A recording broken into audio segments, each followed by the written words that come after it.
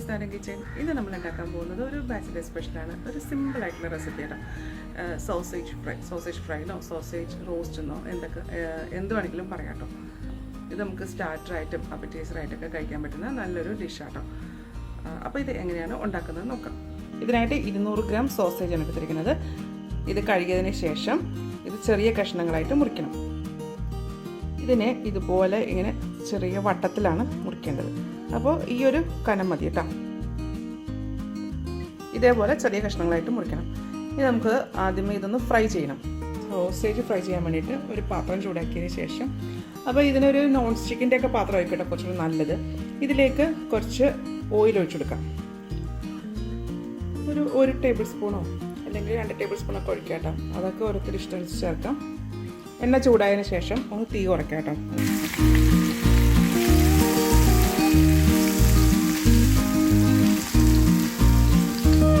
ഇനി ഇത് എണ്ണയിലൊന്ന് ഫ്രൈ ചെയ്യാം.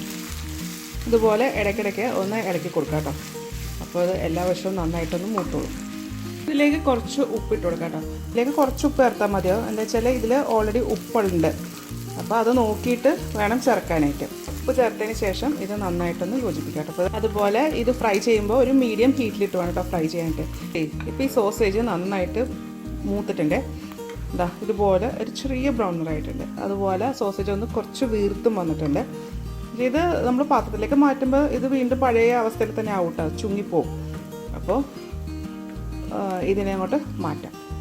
ഇനി ആ സെയിം പാത്രത്തിലേക്ക് എണ്ണ ഉണ്ടെങ്കിൽ ഒഴിക്കേണ്ട, അല്ലെങ്കിൽ കുറച്ചും കൂടെ ഒന്ന് എണ്ണ ഒഴിക്കാം കേട്ടോ. അപ്പോൾ ഞാൻ ഇച്ചിരി എണ്ണ ഒഴിക്കുന്നുണ്ട്.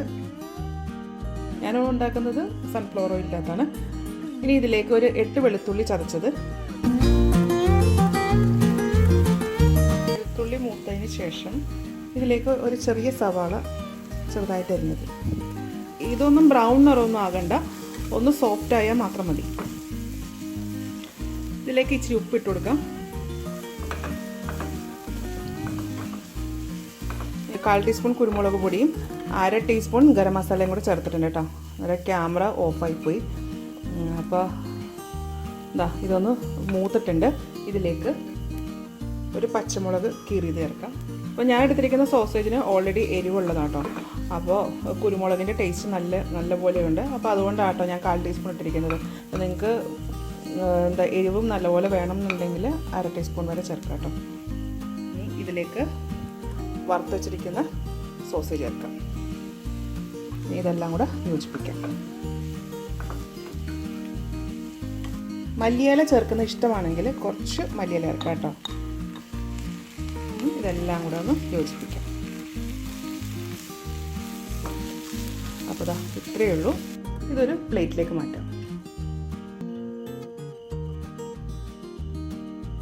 സോസേജ് ഫ്രൈ അല്ലെങ്കിൽ റോസ്റ്റ് കണ്ടില്ലേ, ഇത് നല്ല എളുപ്പമല്ലേ ഉണ്ടാക്കിയെടുക്കാനായിട്ട്. ഇത് സിമ്പിളായിട്ടുള്ള റെസിപ്പിയാണ്.